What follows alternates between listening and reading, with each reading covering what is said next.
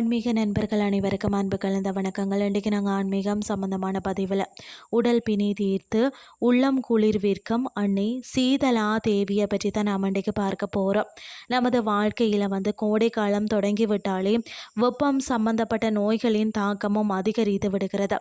உடல் சூடு அம்மை நோய்கள் என அவதிப்படும் பக்தர்களுக்கு ஒரு அருமருந்தாக திகழ்கிறார் தான், அதாவது மாடிப்பாக்கம் அருள்மிகு சீதலா தேவி மாரியம்மன்.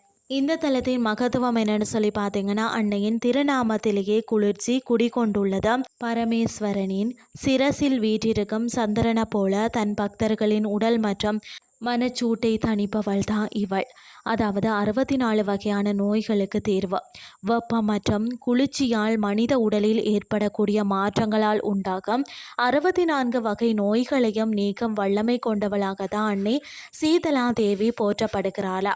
குறிப்பாக தட்டம்மை, சின்னம்மை போன்ற நோய்களால் பாதிக்கப்படுறவங்க அந்த நோயின் வேதனையில இருந்து விடுபடவும், தழும்புகள் இன்றி உடல் நலம் பெறவும் அன்னைக்கு தீர்த்தம் மற்றும் வஸ்திரம் சாற்றி வழிபாடு செய்கிறார்கள்.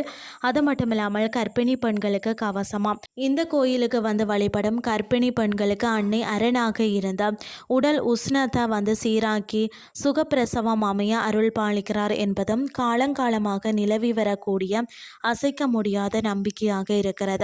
இடம் பார்த்தீங்கன்னா, அருள்மிகு சீதலா தேவி மாரியம்மன் திருக்கோயில் மடிப்பாக்கம் சென்னையில தான் அமைந்திருக்கிறது.